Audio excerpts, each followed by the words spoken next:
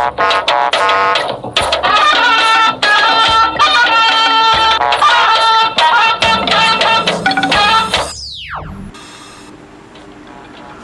royal blessings in the villas. President Tinubu receives traditional rulers on solidarity visit. Nigerians will enjoy prosperity at the end of the day. First Lady holds median meeting with wives of governors. Implementation of Renewed Hope initiative as focus. And we want to jointly build Nigeria together. Declaration of state of emergency on food security. Correspondent takes a look at Nigeria's current status. What is happening today is that our farmers cannot afford fertilizers. Even 2010 that we used to buy at 5,500 before is now over 20,000. Hello and welcome to the Network News. I am Olajide Bello. Joining me from Lagos is Adeola Komiakere, and Eunice Suleiman will be joining us from Maiduguri. And remember, you can join this broadcast live on our website www.nta.ng/live and on our other social media handles displayed on your screen. Now, a Nigerian Air Force F-79I trainer aircraft crashed today, 14th July 2023 at about 4:15 p.m. at Makadi, Benue State while on a routine training exercise. In a statement by the Director of Public Relations and Information, Nigerian Air Force, Edward Gabwet, stated that the two pilots on board survived the crash after successfully ejecting from the aircraft. Additionally, there was no loss of lives or damage to any property around the area of impact. Both pilots are currently under observation at Nav Base Hospital, Makadi. Meanwhile, the Chief of Air Staff, Air Vice Marshal Hassan Abubakar, has constituted a board of inquiry to determine the immediate and remote cause of the crash. Now to the traditional institution. Two southern traditional rulers in private visits to President Bola Tinubu at the presidential villa say traditional institutions have a great role to play in governance, especially in uniting subjects for national development. State House correspondent Abdurrahman Usman Jibrila reports. The first to visit the number one office is the Oba of Benin and was received by the president. The visit is to congratulate the president on what the Oba described as a good start that is capable of realizing the renewed hope agenda. Nigerians should support the president. He will work. He's already working. He has hit the ground running. Everybody is seeing it. We will support the president. Other traditionalists will support the president. We must support the president to be successful. The second visitor to the number one office is Oba Francis Olushola Alao, who also came for the same mission of hope for the country. Let all Nigerians be patient with him. He has kickstarted on a very positive direction, and there's no way you have gain without pain. We'll have the immediate pain, but we'll have a long-term gain. Nigerians will enjoy prosperity at the end of the day. The two monarchs prayed for a smooth running of the government by the Tinubu administration for rapid national development. From the State House, Abdurrahman Usman Jibrila, NTA News.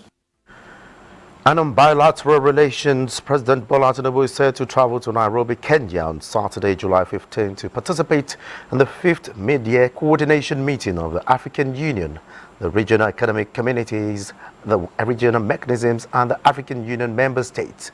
In a statement by the Special Advisor to the President, Special Duties, Communications and Strategy, Dele Alake stated that as the chairperson of the ECOWAS, the Nigerian leader will join heads of state and government, foreign ministers of the AU member states, and high-level dignitaries at the mid-year meeting, which will take place on Sunday, July 16. The President is expected to present a report on the status of the regional integration in ECOWAS, highlighting actions carried out during the period under review by ECOWAS institutions, member states, the private sector, and other stakeholders to deepen integration through trade, free movement of persons, investment, promotion, infrastructure development, peace, security and stability. The meeting will also involve the African Union Commission and the RMS. President Tinubu, who will be accompanied by senior government officials, is expected to return to the country at the conclusion of the meeting. Moving to the legislature now, Speaker of the House of Representatives, Tajuddin Abbas, says Nigeria's parliament will strengthen existing ties with Switzerland for improved bilateral relationships between the two countries. Receiving Swiss ambassador to Nigeria, Nicholas Lang, on a courtesy visit at the National Assembly, the Speaker assured the Swiss diplomat and his delegation that the Nigerian House of Representatives is ready for robust engagement with Switzerland for mutual benefits. We are eager to come together and partner with you in every way possible so that our legislature will be strengthened, our economy will be strengthened, and our cultural ties will be strengthened. Meaning that Nigerian parliamentarians will hopefully visit Switzerland and get to know their counterparts and the other way around to strengthen their cooperation. We consider this important. The Swiss ambassador says his visit is to strengthen existing ties with Nigerian institutions, including the legislature. Now to the judiciary. Parties in the petition filed by the Allied People's Movement challenging the eligibility of President Bola Tinubu to participate in the 2023 presidential election have adopted the final written addresses. Olabode Arewa reports.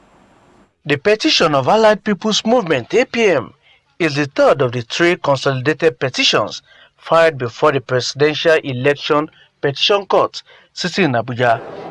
In the petition, the APM and its presidential candidate, Chichi Ojei, are challenging what they allegedly termed as double nomination of the running mate of the APC's presidential candidate, President Bola Tinubu. Specifically, APM alleged that President Tinubu purportedly flouted Section 131 and 142 of the Constitution of the Federal Republic of Nigeria, as well as Section 35 of the Electoral Act, when President Tinubu nominated Kabiru Masari as a placeholder before later substituting Masari's name with that of Vice President Kashim Shettima. The petitioners also averred that APC's alleged double nomination having taken place beyond the INEC timetable, President Tinubu's nomination was purportedly invalid. But in their preliminary objections, INEC, the APC, President Bola Tinubu, Vice President Kashim Shettima, and Kabiru Masari said the APM's arguments were without merit, particularly since the Supreme Court had decided in its May 26, 2023 judgment that President Bola Tinubu was validly nominated and is eligible to contest in the election. After adopting their final written addresses, the court adjourned to a later date to deliver judgment on the APM's petition. Parties in the petitions of the PDP and Labour Party are yet to adopt their final written addresses. Olabode Arewa, NTA News. Meanwhile, the High Court of the Federal Capital Territory sitting in Abuja has struck out the fresh counts filed by the Economic and Financial Crimes Commission (EFCC) against former governor of Imo State, Rochas Okorocha. The presiding judge, Justice Yusuf Halilu, who gave the order, quashed the counts on grounds of abuse of court processes. Judiciary correspondent Austin Ayebe reports. Ruling on the application of fresh count charge preferred against the former governor of Imo State, Rochas Okorocha, Justice Yusuf Halilu berated the Economic and Financial Crimes Commission for bringing up an issue that had earlier been decided by a court of coordinate jurisdiction. The court chronicled how the earlier counts preferred against the defendant were quashed on the grounds of poor investigation by the EFCC by Justice Pam of the Federal High Court, Port Harcourt Division. On the basis of this, the court held that the right judicial process was for the Economic and Financial Crimes Commission to appeal the verdict of the Federal High Court in Port Harcourt at the Court of Appeal, not to turn around with fresh counts on the same ground of faulty investigation earlier noted in the same court of equal jurisdiction. The court therefore struck out the application and fresh count charge preferred against Rochas Okorocha. The ruling of the court came out today, and it just says that everybody should respect the law and nobody's above the law. That is the bottom line of the court's ruling. I believe that nothing should discourage the EFCC from doing their work. They should do their work, and they're doing quite well. But they should try to make sure that everything is within the ambit of the law. That's just what we're saying. But I just thank God Almighty that finally, the third time actually, that same court is saying the same thing over and over and over again. The legal representative of the Economic and Financial Crimes Commission declined comment on the verdicts from the High Court of FCT Abuja. Austin Anyebe, NTA News. And away from judicial matters, let's join hands to build a nation that brings succor to the vulnerable and disadvantaged members of the society. This is the appeal of Nigeria's First Lady Oluremi Tinubu during her first engagement with wives of state governors on the implementation of a pet project, Renewed Hope Initiative. State House correspondent Adeniyi Taiwo reports. It is another closed-door meeting, this time between the First Lady and wives of state governors identified as critical stakeholders in the national implementation of a pet project, Renewed Hope Initiative. Deliberations behind these closed doors, though varied, centered on how to effectively implement the Renewed Hope Initiative as a national program, which of course recognizes the peculiarities of each state and region. And with our guest in tow, it was a happy First Lady that emerged from the meeting, satisfied in the knowledge that the pet project will have desired impact on vulnerable Nigerians. They really welcomed the initiative, so we are just praying that when they go back to their various states, their husbands should be able to give us support. Work has started, and we want to, jointly build Nigeria together. Nigeria belongs to all of us, and this is not party issue now. We have to come together, reach out to the vulnerable amongst us. While paperwork on the initiative are already going through official round at the CAC, other organs of the NGO are also expected to take firm roots in states and local government areas with coordinators. They are going to inaugurate the wives of chairmen to be coordinators at the local government, RHI coordinators. So they are going to go home and do that, and so that when work starts, we know the grassroots is very, very important, and so that work can get to the grassroots quickly.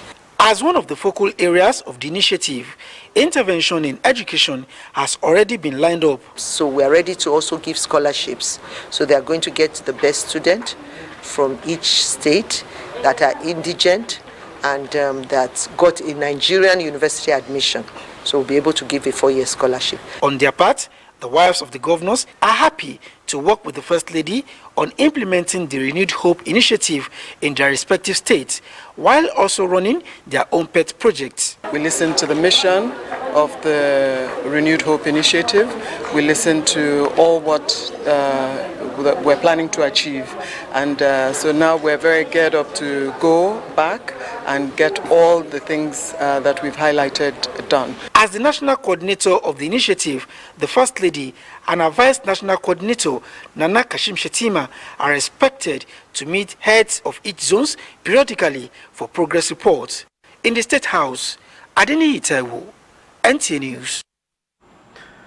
To nuclear security now, Nigeria has received the latest advisory on nuclear security to protect radioactive materials as the nation assures international community of prompt implementation of recommendations. Oluseye Adeagbo reports that the submission is from the International Atomic Energy Agency, team of experts following the completion of its nuclear security advisory mission in Nigeria. Issues of nuclear safety has been given utmost consideration by member states of the International Physical Protection Advisory Service, IPAS, due to its trans-border nature, environmental impact, and the long remediation process involved whenever they occur.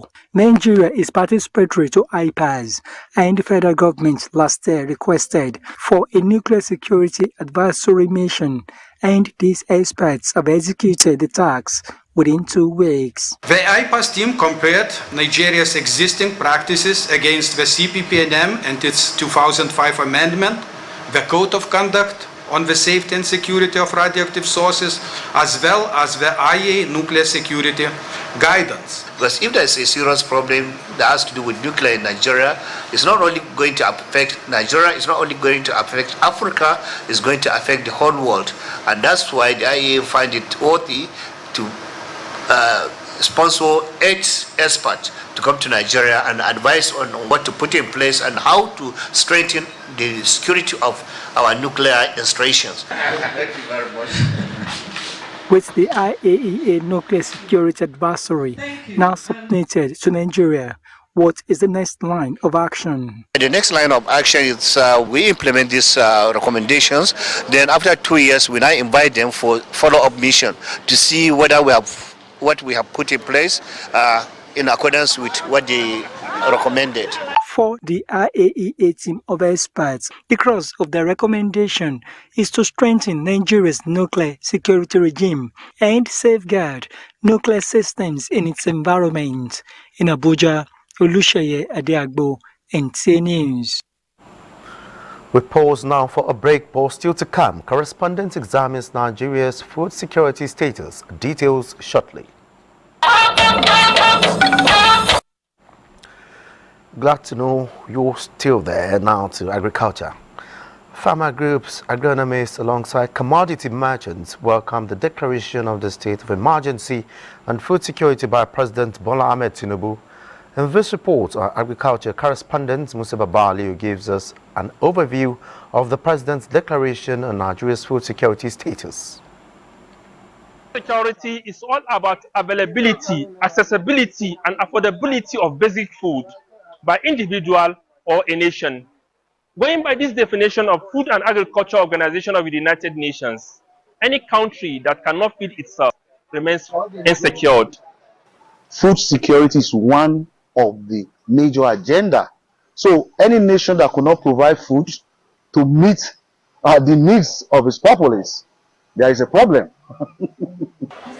Nigeria has over the years maintained the status of being food secured.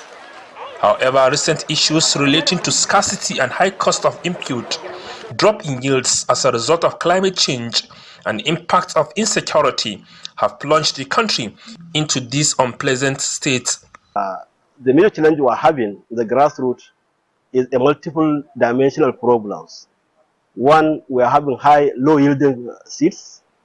Number two, we are facing quite a number of diseases and pests that are affecting our crops. Beyond that, you know, the farmers need inputs at affordable prices.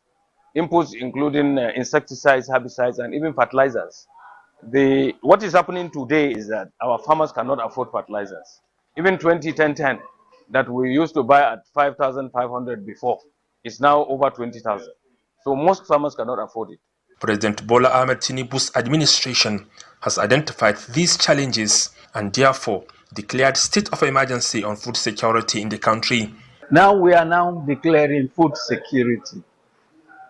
If the states don't have a strong buy-in in this program, it won't work. Because the lawyers talk about good intention. But that is not all you need. You need to follow it with action. The administration also identified 3 short-term methods in addressing the situation: provision and distribution of fertilizer, expansion of areas of cultivation by additional 500,000 hectares, provision of adequate security for farmers in troubled areas. The president has directed foodstuff at the strategic grain reserve be released to cushion the effects of food inflation in the country. The next report will look at government plans for water supply for irrigation activities in line with the declaration of the state of emergency on food security. Musa Baba Aliyu, NTA News. Now to flood mitigation. Kwara State is predicted to be one of the states that will experience flooding this year, which makes it imperative for all residents and authorities to be at alert. Following reports of rising water levels on River Niger and Benue in neighboring Kogi State, Aisha Abubakar Yahya visited one of the areas usually affected by flood to find out the situation on ground. Emergency Management Agency (NEMA) and Nigerian Meteorological Agency have disclosed that Nigeria will experience another flooding this year, which is likely to be more serious than last year's. It becomes more worrisome to know that those living at some flood-prone areas are yet to vacate, despite being aware of the prediction as it concerns Kwara. Though the dredging of Asa River have been done halfway and expected to mitigate the yearly ugly experience along the river banks, this has not been so. There are signs that some of the people living along the riverine areas are moving out. Andrew Olayemi has been living at this flood-prone area along Coca-Cola Unity Road for over 20 years. Flood is the reason why he can't move. As them do and make them find way here.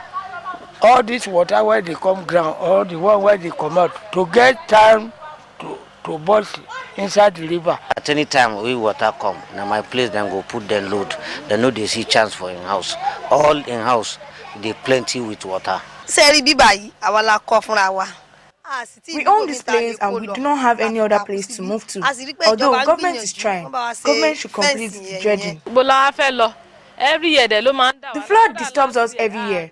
All our properties got damaged. Government has been coming around and yet nothing has been done. Efforts to speak with the relevant authorities to know the necessary safety measures being put in place proved abortive. Aisha Abubakar Yahya, NTA News. And now to infrastructure. Motorists and road users plying the second Niger bridge have been assured of its safety and that the structural integrity of the bridge has not been compromised. Following the vandalization of the median part of the bridge, a number of axes by some miscreants, Maureen Ezeokeke reports that the engineer representative, Mr. Sheyi Martins, gave this assurance during a fact-finding visit by NTA News crew. On December 15, 2022, the federal government opened the second Niger bridge for use to ease the traffic in the southeast during the festive season. Recently, some miscreants were reported to have started stealing parts of the expansion joint walkway axis 330 of the newly constructed second Niger bridge, now open for use. The engineer in charge of the second Niger bridge speaks on the nefarious activity carried out at the bridge. We came to site the following day and discovered that one of the metal plates had been removed, and this was done by some miscreants. I don't know what they stand to gain by destroying these valuable national assets. Mr. Sheyi Martins speaks on how long it will take to replace the stolen items. We are putting measures in place to replace the metal plate that was removed.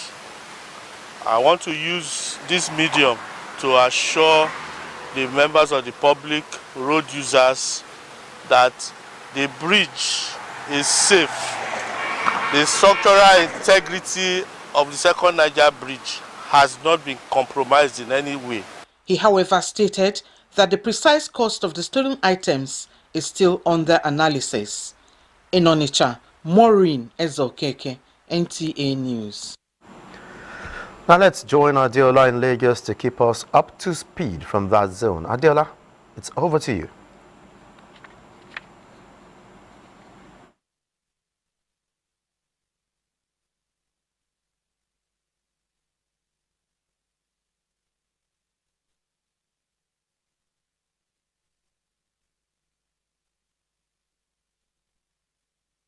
Thank you, Olajide. Nigerians who are bearing the brunt of the removal of fuel subsidy will soon breathe a sigh of relief following the approval of a National Assembly to request of 500 billion naira by President Bola Tinubu for palliatives. A cross-section of Nigerians who bear their minds on this development described it as timely. Joel Bukwola has the report. The removal of subsidy on petrol has been having a ripple effect on the economy, thus taking its toll on transportation, food items, and other basic necessities. Nigerians describe the 500 billion naira palliative as apt in view of the rising cost of living. I want the federal government to use the money for the benefit of the masses. Our education sector, our health sector, then our road. My advice is that I will advise if federal government can do subsidy on transportation to question the effect of the masses. Are you getting it? Removing of fuel subsidy is a good thing. The palliative respondents say it should be well channeled to critical sectors of the economy and those who are in dire need of the fund. How can the money reach all of us? Some of us, we are not politicians. Some of us, we are not government workers.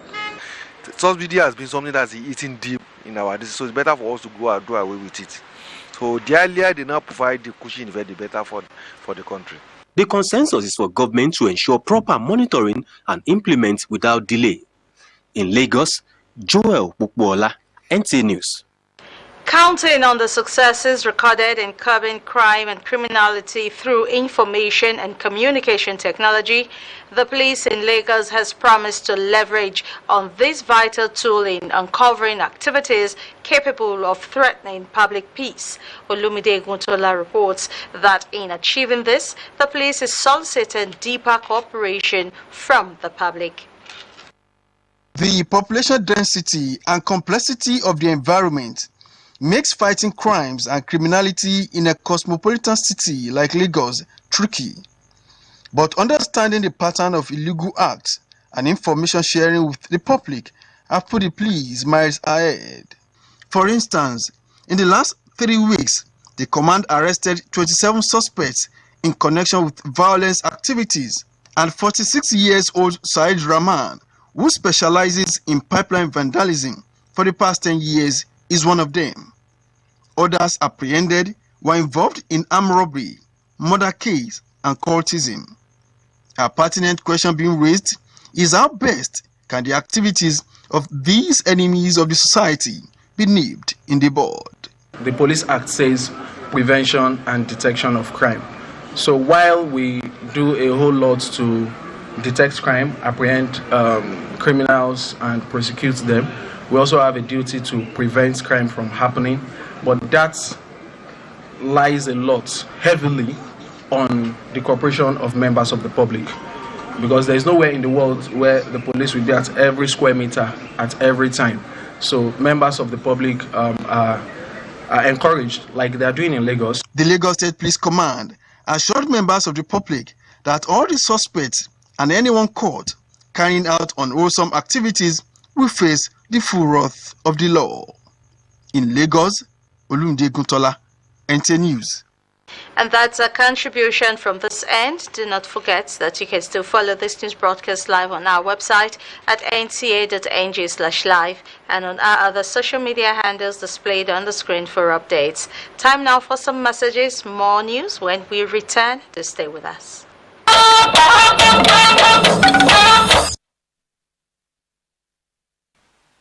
Glad to know you're still there, and sorry about that. Technical Hitch will re-establish contact with our presenter in Maiduguri. The families of 68 deceased police personnel have presented with checks by the Acting Inspector General of Police, Olukayode Egbetokun. While presenting the checks, the Acting IGP acknowledges the sacrifice and the bravery demonstrated by the fallen heroes in keeping the peace of the country. Francis Pham reports.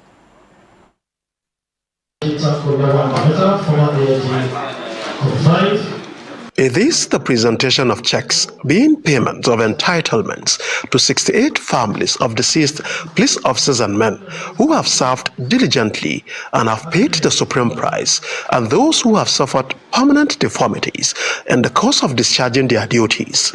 This laudable gesture was made possible by the swift approach and passion of the Inspector General of Police. They displayed an unwavering dedication and selflessness in the face of grave danger and have confronted countless challenges while putting their lives on the line to safeguard lives and property This is indeed a huge sacrifice, the acting IGP noted. This symbolic presentation of checks, the acting IGP said, it is to honor their sacrifices and recognize their immense contributions.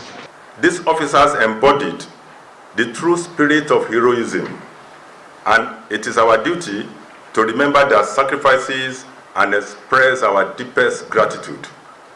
This achievement would not have been possible without our passionate drive to ensure and sustain the mandate that police officers are adequately insured in the event of injury resulting from the risk associated with policing. Acting IGP Egbetokun assured the bereaved families of the force's continuous effort towards implementing better welfare packages for officers and men, whether serving retired or slain in the line of duty. Francis from NTA News. And away from police welfare to revenue generation, the Nigeria Customs Service says it's generated about 93.3 million naira into the coffers of the federal government within the first 6 months of the year 2023. The controller, Nigeria Customs Service Ogun Area 1 Command, Idiroko Bamidele Makinde, disclosed this while presenting the media scorecard of the command. Hakim Jimo reports. Presenting the media scorecard of the service to journalists, the controller Nigeria Customs Service Ogun Area 1 Command, Bamidele Makinde, stated that the 93.3 million naira was generated from import duties, auction sales of premium motor spirits, PMS, and scrapped vehicles. A comparative analysis of the command's performance during the period under review and the corresponding period of 2022 indicates a significant increase in revenue collection. The revenue generated from January to June last year was 29,940,146 naira and 50 kobo only, compared to this year's revenue of 93,301,130 naira only, which is about 310% increase.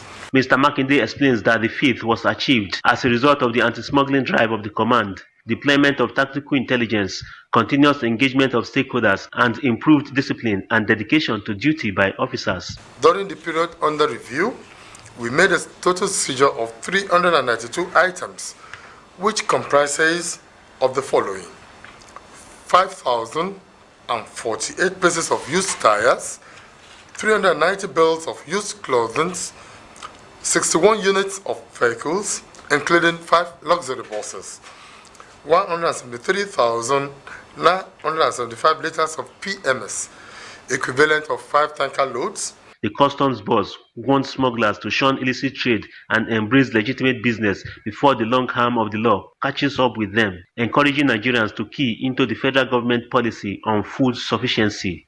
In Abeokuta, Hakim Jimo, NTA News. And a new payout civilian policy, the chairman, CEO, Nigerians and Diaspora Commission, Abike Dabiriwa, has described the new payout policy of the Central Bank of Nigeria, CBN, as a boost to diaspora remittances. A statement from the Commission says the policy will further encourage Nigerians in diaspora to remit, consequently improve the economy. Abike Dabiriwa commended the Tinubu administration for the move, saying that the new CBN policy will enable people get open market rates instead of just official rates when sending money through the bank from abroad. And Benny Adams is standing by with business news. Benny. Thank you, Olajide. And still talking diaspora remittances, experts have continued to commend Central Bank's decision to include the Naira as payment option in addition to the US dollar for diaspora remittances, adding that it will encourage capital inflows.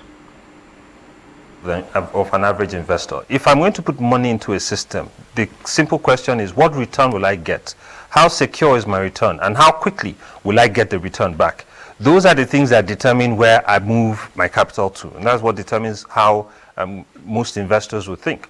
So what it means is that we need to start looking and strengthening the ecosystem, our business ecosystems, to allow for the flow of capital this way, and then begin to help the businesses to develop. The Kenyan government is deliberately building a conducive environment that will not only incentivize foreign investment, but also enables enterprises to grow. This is when the president received the Saudi Arabia business delegation led by Saudi Arabia Minister of Investment Khalid Al-Fali. President Ruto says Kenya will continue to work with the private sector to refine the nation's business policy with a view to make it more facilitative for investors to operate in the country. And taking a look at the markets, at the end of weekday trading, the all-share index and equities market capitalization of the Nigerian exchange depreciated by 0.29% to close at 62,569.73 points and 34 trillion naira respectively. A total of 600 million shares in 9,554 deals corresponding to a market value of 8.8 billion naira were traded. Compared with the previous trading day, today's data shows 25% decline in volume, 16% decline in turnover, and 7% decline in deals. The current market capitalization is 34.1 trillion naira. Access Holdings recorded the highest volume of 94.2 million traded shares, followed by United Bank for Africa and Fidelity Bank. Well, more news with Yunusa in Maiduguri.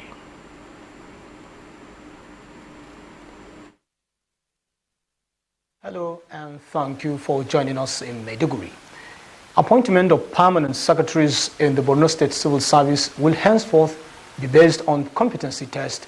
Babagana Umar Zulum stated this during the swearing-in ceremony of the newly appointed secretary to the state government, 3 special advisors and a permanent secretary held at Musa Usman Secretariat, Maiduguri. Mohamed Goni reports.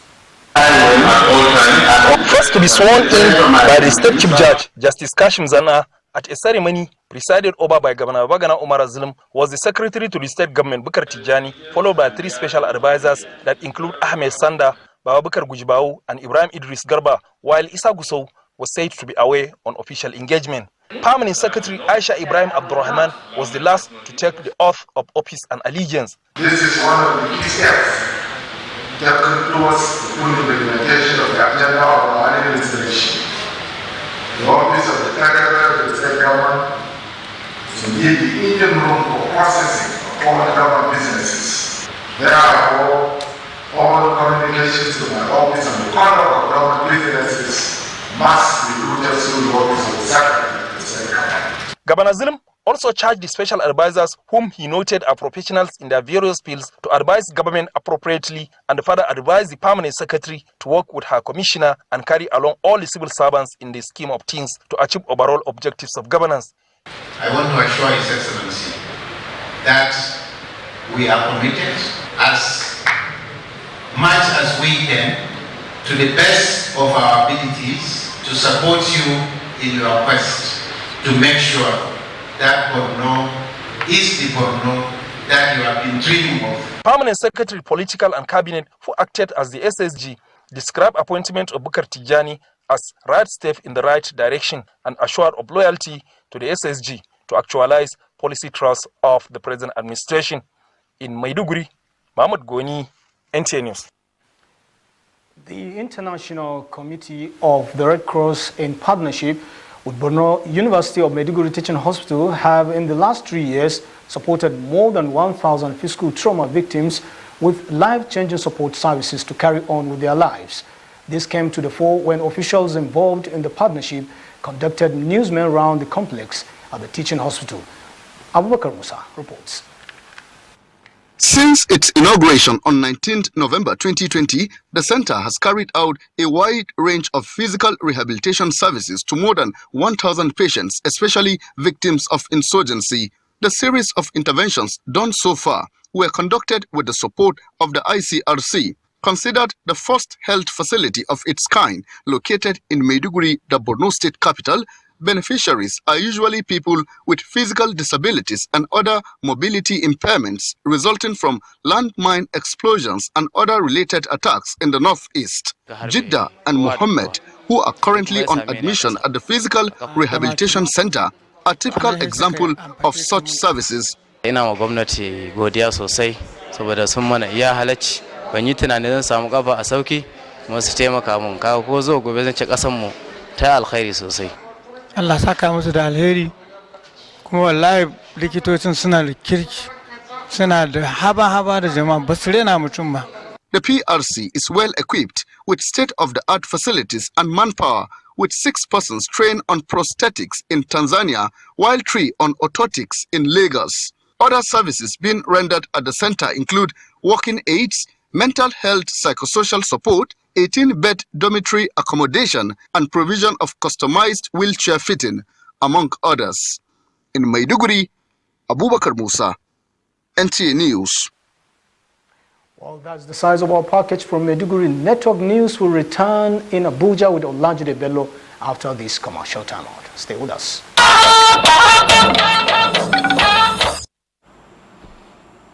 Glad to know you're still there. Now let's join Olumide Guntola for stories making the headlines in the world of sports. Reports from the Australian camp of the Super Falcons indicate that the spirit in camp is high. The players are in good shape after intense and motivated training sessions. The team's target is on good football sense and clinical finishing in front of goal, with a scheduled